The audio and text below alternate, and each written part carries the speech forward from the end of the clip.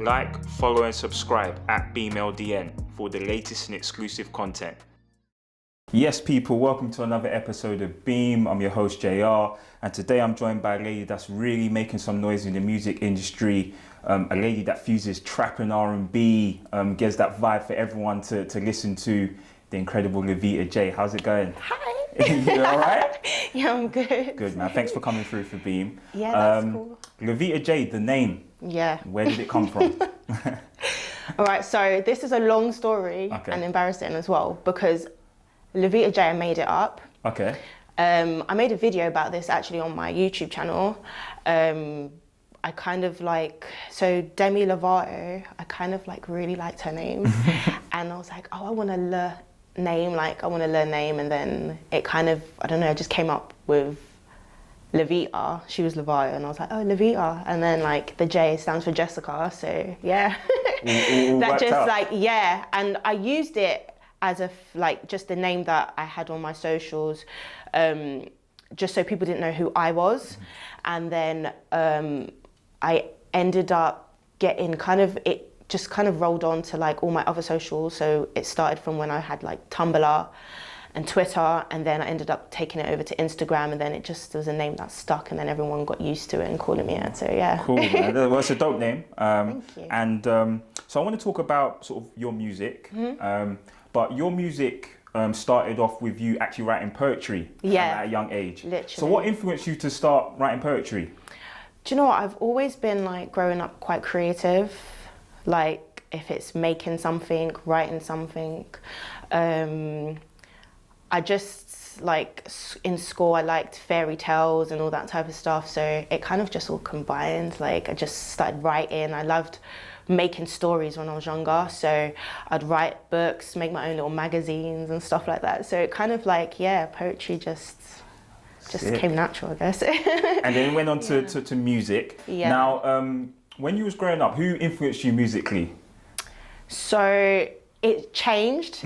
So obviously music for me, kind of like when I was really younger, female-wise, like Aaliyah, mainly, and then it kind of was like your J-Lo's and then those type of people. But then as I got older, in my teen years, I discovered Chief Keef. And I am literally like, I was like Chief Keef's biggest fan.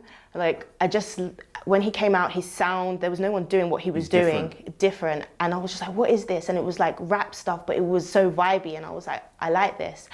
So like Chief Keef, and then as I got older, your Young Thugs, and then Gunna, like I'm a Gunna fan. So you've got a real mixture of people that... Literally so many people that influence my music. Okay, cool. Now I talked about in the intro just a bit about sort of your music and sort of the type of music that you make. But what would you describe your sound as? So I would say I call myself like a melodic singer rapper.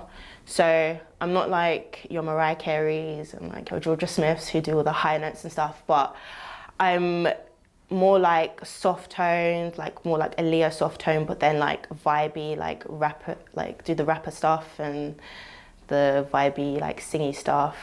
Funny enough,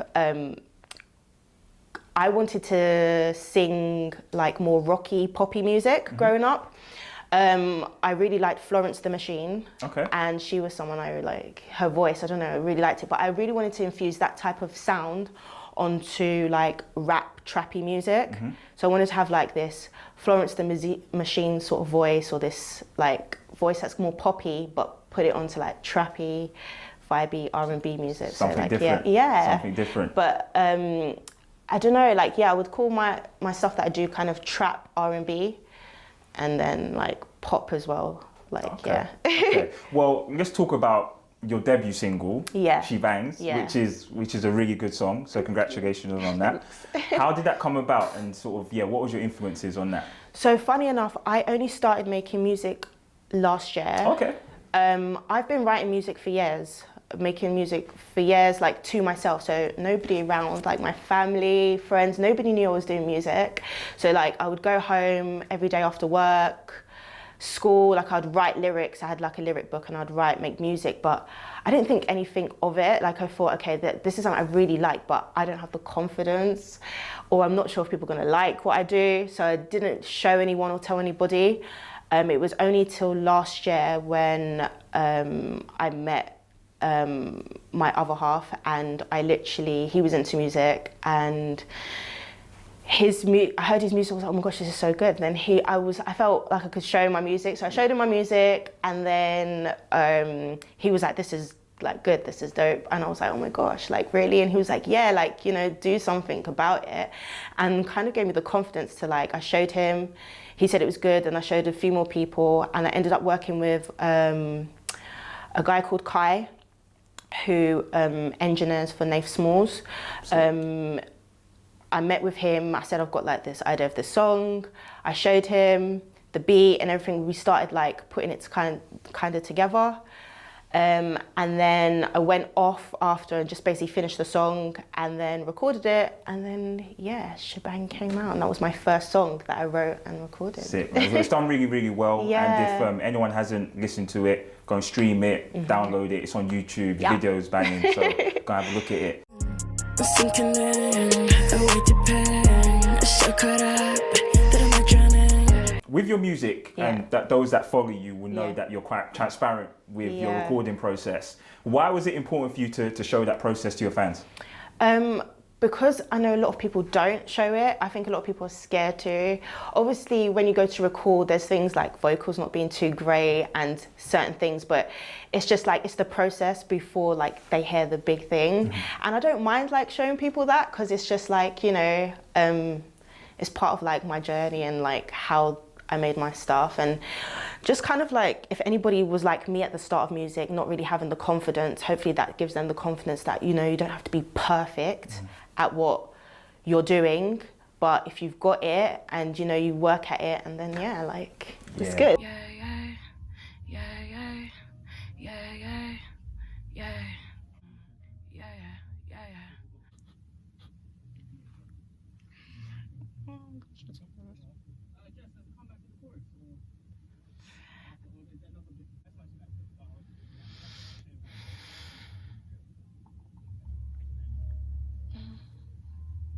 I'm so nervous. What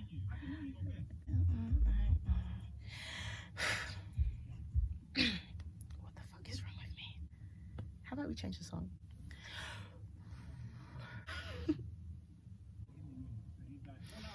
Okay.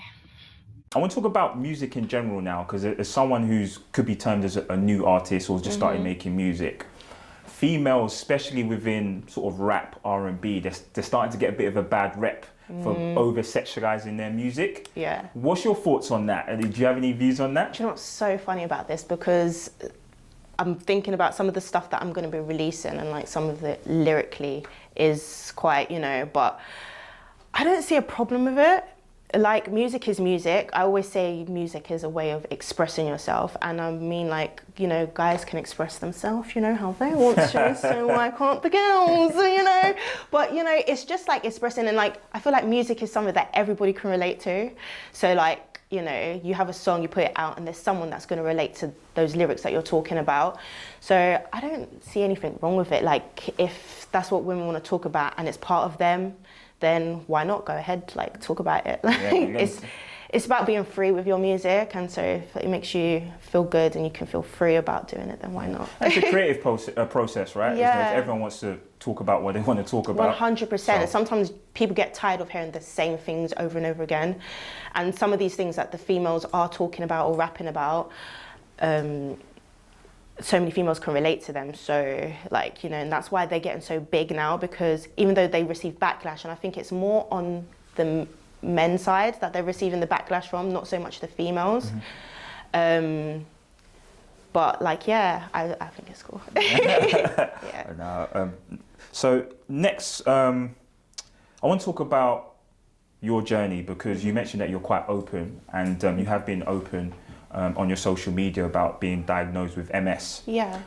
For those that are not aware of what MS is, explain what that disease is. So MS, which stands for multiple sclerosis, is a disease that affects your nervous system. It's basically where it's like nerves attack your brain cells, which ends up messing with the function of like your brain. So it's a I say this word so wrong, neurological problem. You got it, Yeah. So it basically like messes with your brain, which controls basically your body. So it attacks like the good cells and nerves in your body, eats away at them, and it basically like attacks, which causes you to have all these different things. So it varies from people having symptoms as from being very tired to basically being in a wheelchair. But it depends. There's different forms of MS, about 3 or 4 if I can remember. I got diagnosed with something called relapsing MS, so it comes and goes. Over time, it can get worse if I don't treat it. And yeah, my MS story is probably not the best one. Like, I really suffered in the process to finding out about my MS, which was quite upsetting. I went through hell. Some people's experiences are different, but mine wasn't the best. Yeah, like, and as I said, you was very open about your journey on social media, and you know, so talk to us about that journey, because from what I can gather, it took a long time for you to be actually diagnosed. Yeah, 100% it did, and that was what was weird, because I personally didn't know what MS was until I had MS. I do know that when I first was having the problem, so how it started, it was 2019. Just before summer, and I remember being at work. I work in retail, so I was working and like I couldn't stand on my feet. Like, it felt really weak, and I was like, oh my gosh, why does my feet feel so weak? And I'm used to working 8-hour, 9-hour shifts at work, so I stand on my feet all day, so I'm used to it. So I was just like, okay, something's not right here, but I was just like, maybe I'm just really tired. So over a few days, I just watched it, and it got worse. And I was just like, gosh, like, this is really bad. Like, I'm into my shift at work. An hour in, my legs are hurting. So then I decided to go to the hospital, done the normal checks, blood tests, blood pressure, so on. And they said everything was fine. So I thought, okay, cool. Then a week later, that went. Then what had happened was, the following week, I felt like a twitching in my eye, my right eye, or was it my left eye? The one in my left eye, because I remember my nose ring. And was that coming to like the early signs? Like early signs. So these were the early signs. Okay. I felt twitching in my eye, but I didn't ever look in the mirror when I used to feel this. I just felt like my eye would like, you know, do like a twitch, and then I'll be like, okay. But I didn't think nothing of it. And then like a week later, I was getting ready to go out on a night out, and my eye was really like twitching, like it felt like it was bulging out, like it felt like my eyeball was coming out of my eyes. So I looked in the mirror, and that's when I saw that like my eyeball like looked like it was kind of coming out, and I was like, oh my gosh. But I didn't mention anything to no one, not my mum, nobody. I just got on with it, and I thought, okay, that's unusual. Then the following week, I remember going to like put on the TV when I woke up, and I went to watch TV, and I was like, why is everything like out of focus, crossed over? So it's kind of like, I don't know, like, you know, like when you cross your eyes, if you can cross your eyes, it's kind of like that. So I was looking at the TV, and it was like my eyes were crossed over, and then I could see 2 of them. The only way I was able to look at the TV normal was like I had to tilt my head back like this, and everything was perfectly normal when I was looking at it like this. Wow. But when I was like this, it was like crossed over. Then I went to look at something on a piece of paper, and it was blurry, and I was like, what the hell? Like, this has never happened. So I went to the eye hospital, and I went through all these checks, and they told me my vision was perfect. So I was like, okay, that's a bit weird. That's a bit weird. And I went home, and I was still having this problem with my eye. So I went back the following day, again, eye vision perfect. Nothing's coming up abnormal, nothing. So I was like, okay, this is weird. Very weird. Then what happened after that? It disappeared. A month later, everything came back. The eyes came back, the symptoms with the eyes. Went back, and to the eye hospital, they told me nothing again. They done the proper scan and everything, nothing. I went to probably 4 or 5 hospitals, different hospitals in London. Nothing, nobody could find anything wrong. I even started to basically take notes of what was going on with me, images, videos when I could, and show them to the hospital, and they still were just like, no, like, we don't know what's wrong. And I was like, gosh, like, I'm not getting nowhere. And I knew something, you know your body, you know when there's something wrong with you. I've never had drastic health issues or any health issues, major health issues growing up. So for me, I was like, okay, this is a bit unusual. But never to the point that I think it was going to be MS that I got diagnosed with. I just thought this is maybe something that's just going on right now, and it's going to clear away with maybe some medication or something, you know. And then after that, what happened? I then had this weird head sensation start happening.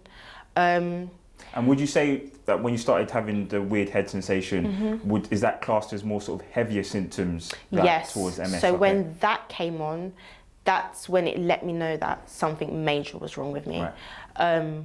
I started getting this bulging eye movement, and then my head, it was like if you come off a roller coaster and your head's spinning, but you're not physically spinning around. It doesn't feel like you're physically, it just feels like everything's turning. But at the same time I would have those attacks, I would feel like my body go funny and my limbs would seize up. So I remember I was running to catch the train, and all of a sudden it was just like all my limbs just seized up. Like I couldn't run, like my legs just stopped working. I was trying to bring it forward, but it was smooth and stiff, and it was like, oh my gosh, what's happening? I was like, what is this? And then went to the hospital. I had a brain scan done, and she told me that my brain scan was perfect. She's never seen such a perfect brain scan in her life. Wow. She said all this stuff, and she told me to come back in 3 months, write a list of symptoms that are happening to me, come back in 3 months. And I did then decide to go private. My family decided enough's enough. Yes. We're not getting anywhere.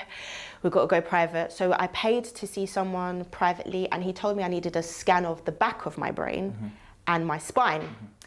That's when I found out in December. Well, I had the scans done in December. Then in January, I went and had something done called a lumbar puncture. I was going to ask you about that because you actually documented that. And it got painful. Yeah, it's a simple procedure, but their mistake was that they didn't tell me that there was the possibility of these things happening to me after. They just told me, simple procedure, just come in, get this done. You can go back home, you can go back to work, you can be normal basically. They told me I was going to be this pain after the procedure. My head is just, I can't take the pain in my head. It's so bad. The reason why I had to have the lumbar puncture is because my brain scans that came back from the back of my brain and my spine showed I had some patches and some stuff on them, and they thought it could be MS, but they needed it to be confirmed. So I had the lumbar puncture done, which is where they insert a needle into the back of your spine, lower part of your spine, and they drain some fluid. Okay. And from that fluid, they can test for MS and confirm if it's MS. And in February, mid-February, I found out, that's what I got. So they called me into the hospital and they spoke to me and they told me about, have you heard of this? And I was like, I don't know what that is. But I remember my mum coming in with me and I remember her face, and I didn't really know what MS was. Yeah. So there was a difference into her reaction to my reaction. She was just like, are you being serious? And then they were like, yeah. And I was just there calmly, and I didn't actually think, I thought, okay, MS, like, is this something that's just gonna go away after all? I didn't know much. But now doing my research and stuff, I was like, okay, this is something you've got to deal with for the rest of your life. And you need to find ways of like coping with it and dealing with it. And like, so. I was, as I said, you're so positive and you're quite a bubbly person. Yeah. But this is, something that many people have gone through. It's just interesting you talking about, you didn't really know about it, and it's interesting to hear, especially people in the Black community as well. There's diseases that happen and we don't know too much information about it. And I just wanted to touch on how you felt when you got diagnosed, because I know your mum's reaction told you it was something serious. So my mum's reaction let me know that, okay, this may be a bit more serious than you think. When he was asking me questions, the doctor was just like, yeah, like smile face, like, yeah. And like, after I came out, I was like, okay, like, he kind of briefly explained to me about MS, but not to the extent that I've done my research and find out. When I left, I remember getting in the car with my mum, and we called my grandma straight away, because like my grandma and my mum are like very close to me, so everything I go through, they know. And they've been so supportive of that journey that I had. So I remember calling my grandma, and my mum told her, and she was like, what? She couldn't believe it. And then she was just like, no, not my poor grandbaby, no. Oh. And she was like so upset, and she was like, this breaks my heart. And that's kind of when it started to sink in. I was like, gosh, like this must be a bit more serious than I thought. And then kind of like over time doing my research and living with MS in the short space of time that I have since being diagnosed, having so many attacks every day and stuff, started taking its toll on me. Mentally, it can be draining. I found it quite hard. I was days that I was daily, like every day, every other day, crying or just fed up. I was having between like 10 to 30 attacks a day, and that was basically that head motion I was telling you about, my eyes, and then my limbs seizing up. Walk down the stairs, limb seize up. Go upstairs, limb seize up. Just anything, waking up. I couldn't sleep. It affected my sleeping, because this head motion would happen when I was sleeping at night. It was just really bad, and obviously it affects everybody differently, but it affected me really badly, just because of how I functioned. It affected me at work, doing things like going out with my friends, you know. I remember a time when I was out, and this was the first time I had MS and knew about I had MS, and I was out, and I just remember dancing, and then my limbs seized up, and I was like, oh my gosh, this is embarrassing, because it kind of like people on the outside who don't know what MS is or don't know if you have it, they look at you and they see you stumbling over, or, you know, on the night, and they think, oh, she's drunk. And it's like, I'm not drunk. You know, I'm dealing with something here. So it's just like, yeah, it kind of like made me feel a bit embarrassed at first, like when I first found out I had MS and like dealing with it, just because it wasn't something I was going around like, oh, hey, by the way, I've got MS, or like, oh, you know, like, oh, how are you? Yeah, I've got MS. Like, I didn't want to just tell people that. So it was kind of like dealing with it and having these attacks and things happen, but people on the outside can't see. Because that was the thing with MS, it's like something people can't see on the outside. Externally you look fine, but look, you look perfectly fine. And obviously me like being so open, before I was open about my MS, me being on social still and being normal and acting the same way that I do, people didn't know that like this is what I had.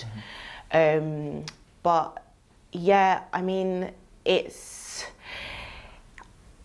how I've dealt with it is like keeping positive. Like, I don't let it affect me too much. Keeping my mind off of it by like doing things, keeping active. So I've got my music. I also have a clothing business that I've started last year as well.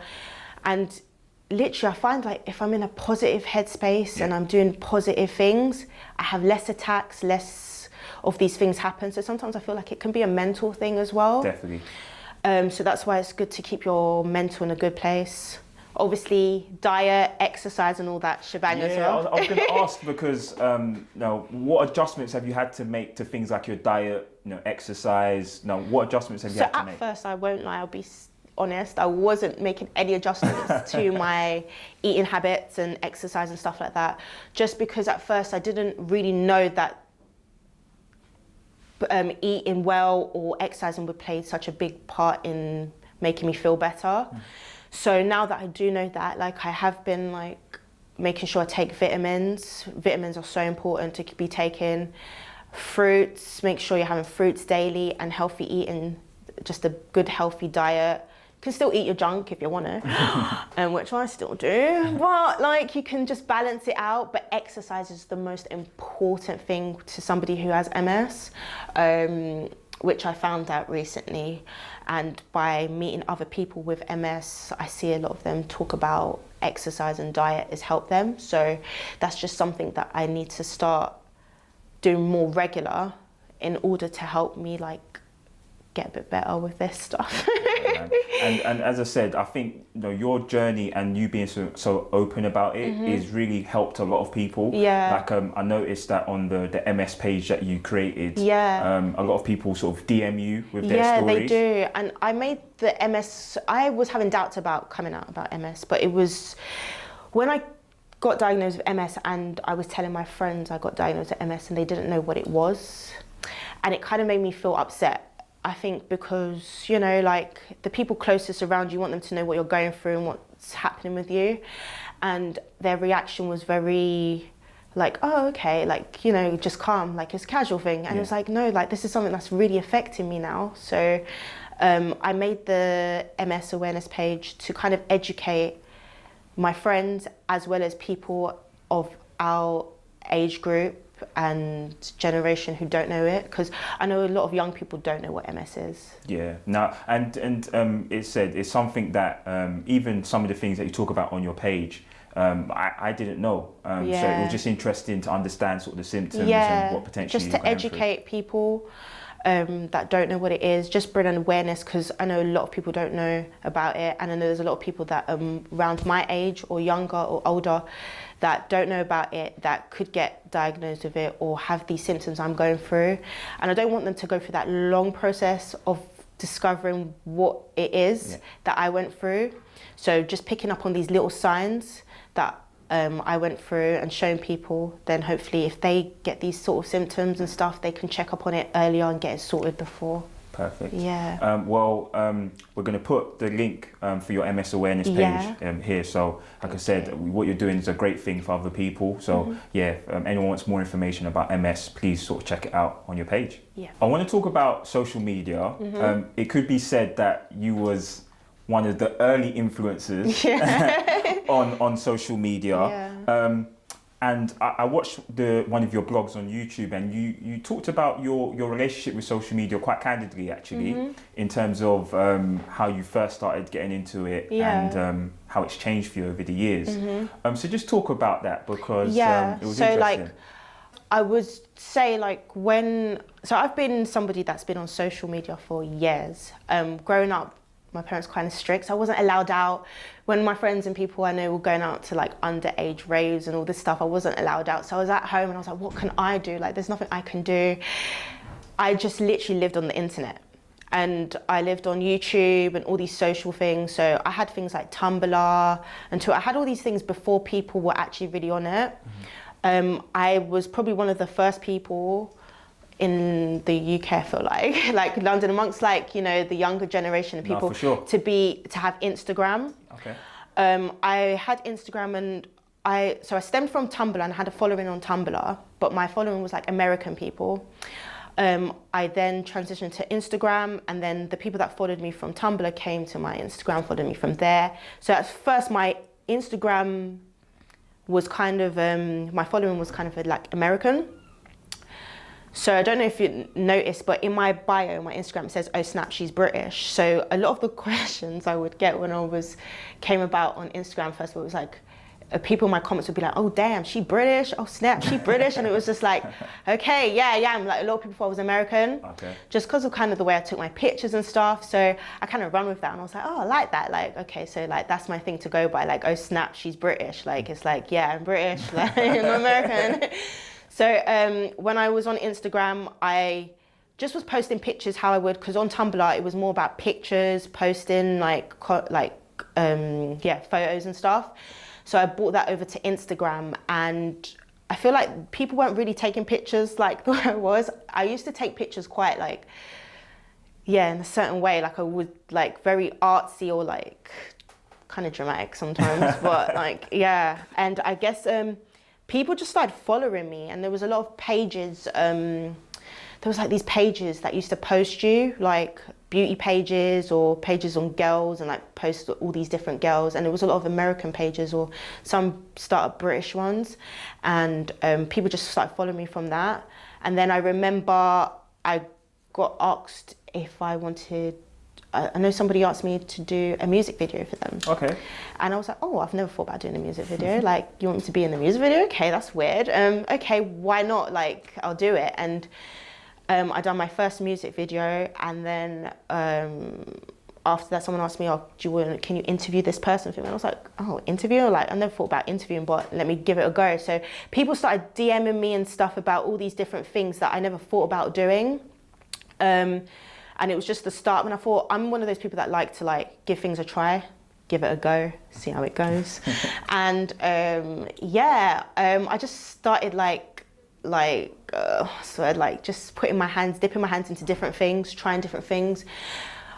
Like in that video on my YouTube that I posted, I was saying that these weren't things I necessarily wanted to do. It was just something that I was just doing at the time, just to be doing something and just adventuring and exploring. But when I was doing all these things, social media wasn't what it was now. Like how influencers are seen now, or the opportunities people have now. Like if you've got certain amount of following, or you take pictures, so you do this and that. So when I was doing it, was the early stages when people themselves who are like big doing these things now didn't even know what they were really doing much then. Right. So it was kind of like, but it wasn't like doing photo shoots, like doing the modeling and all that stuff. Like I loved doing all of it. It wasn't what I necessarily wanted to do, as in like, it wasn't my dream. Like this is what I want to be or want to do. Like, it was always music, but I was always trying to find out what was other routes I could take to kind of get me there, because I was so shy about doing music and I never had the confidence, but I always had the confidence to take a picture in front of the camera and all that stuff. So but I guess it's just changed. If social media was what it is now, back then, I probably would have said that I probably would have been a lot bigger and doing major stuff in terms of like the modeling stuff and the music video stuff, because as I was saying, that you was probably one of the early influencers from a UK perspective anyway, like buzzing in terms of, you know, going on those pages that you mentioned. And I just want to talk about, or ask you about that experience of being in that position where everyone knows you from social media. What would you say is sort of the biggest misconception that people had of you when you was... Alrighty then, well, I have one that I would like to talk about.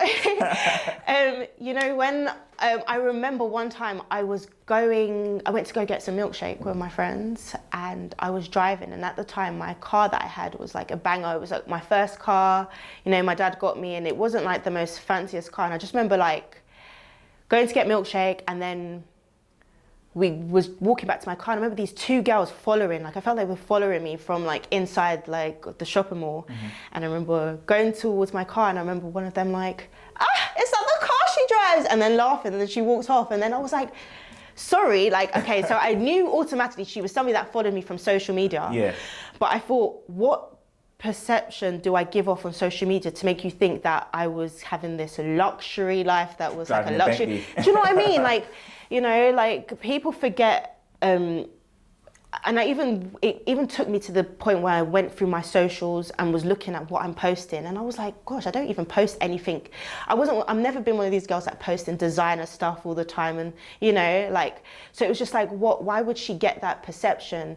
But I guess when people think that you're doing these things and doing all these major things, or like you're known by a lot of people, that you must have like the most amazing of everything, like the fanciest of cars, the biggest house and stuff like that. And it's just like, no, like some people are just grinding and doing their thing and working. And definitely, that's the thing. Like at the time I'm working at something, trying to find what I want to do.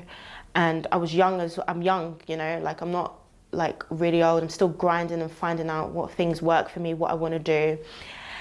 And that for me was one of the perception was, I was like, gosh, like, and because she reacted like that, I thought there must be so many other people that think that way. Exactly.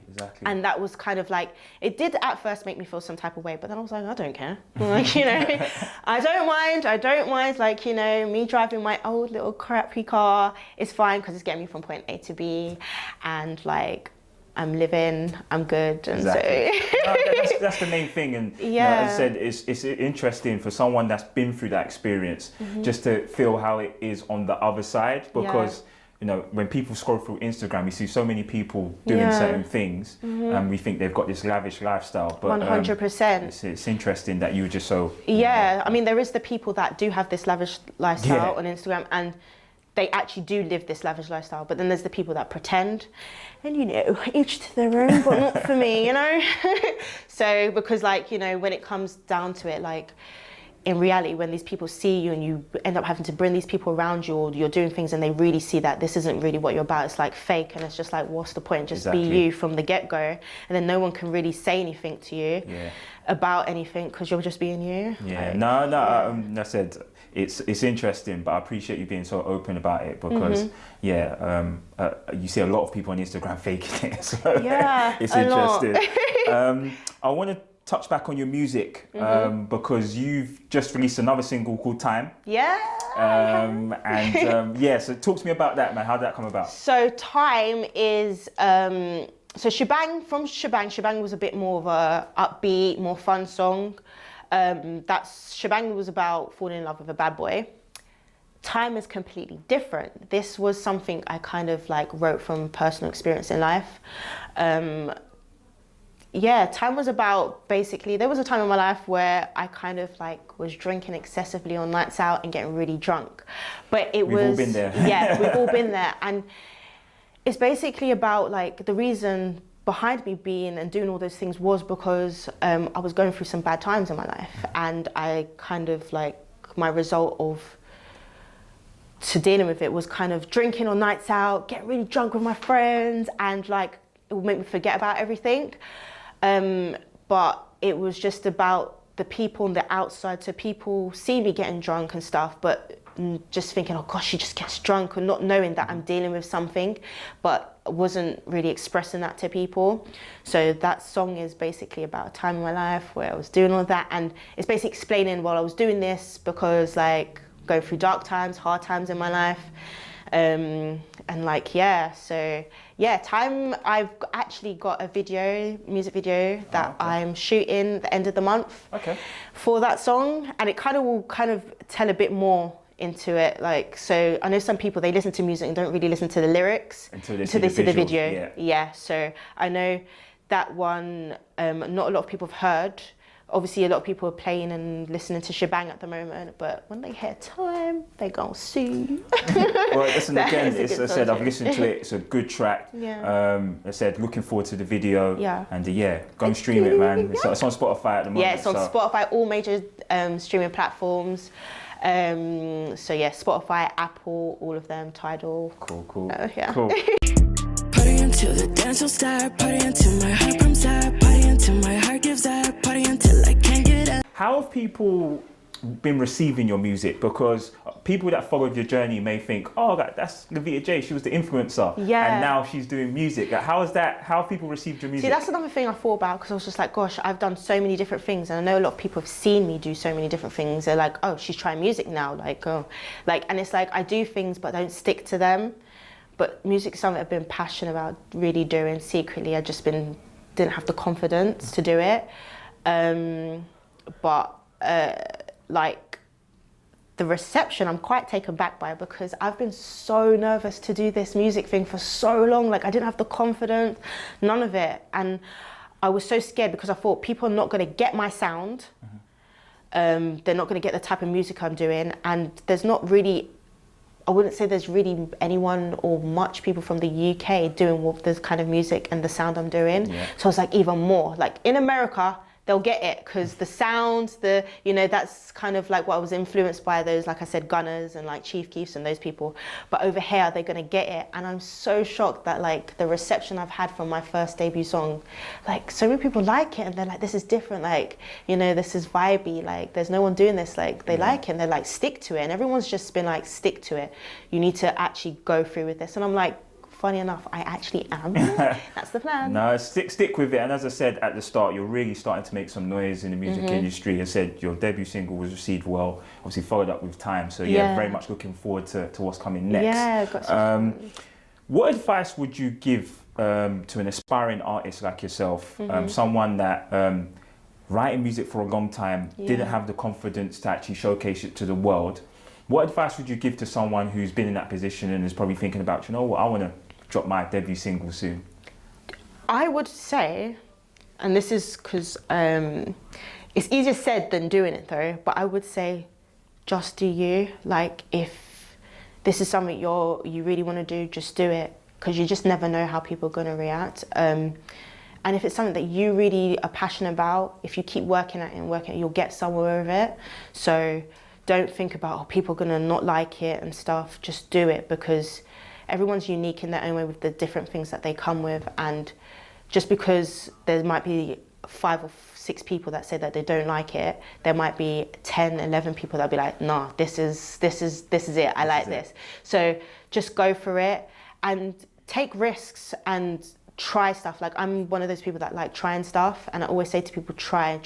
Like, try doing this or try doing that. You've never done this before, try it. Like, you see how it goes. Like, just do it, get a taste of it. If you like it and you get the reception you want, then run with it. Run with it.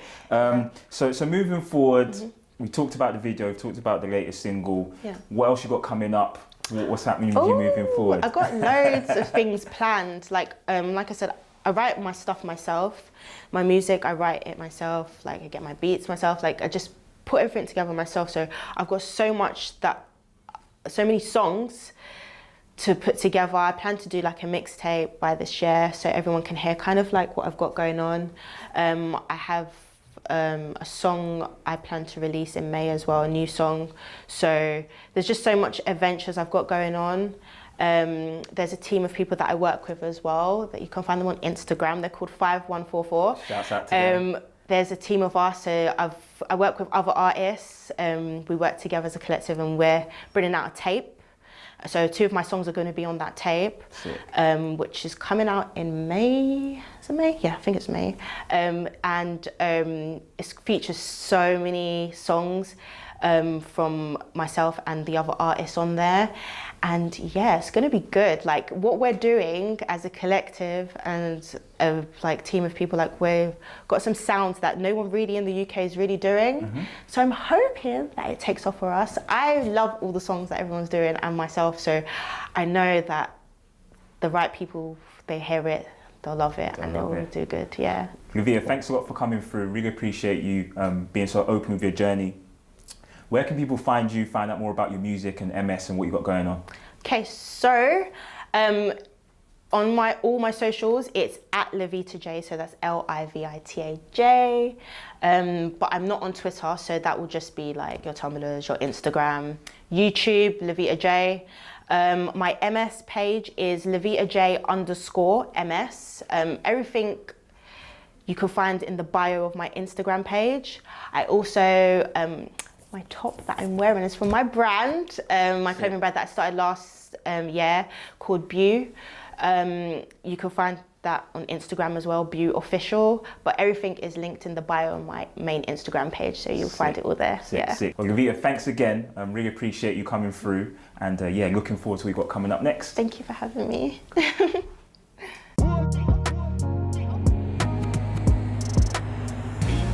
Hi, I'm Livita J, and this is my exclusive interview with Beam, and you can catch it tonight. No.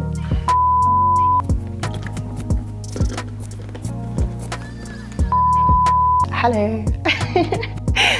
So good. I'm sorry. Azzy, are you laughing at me?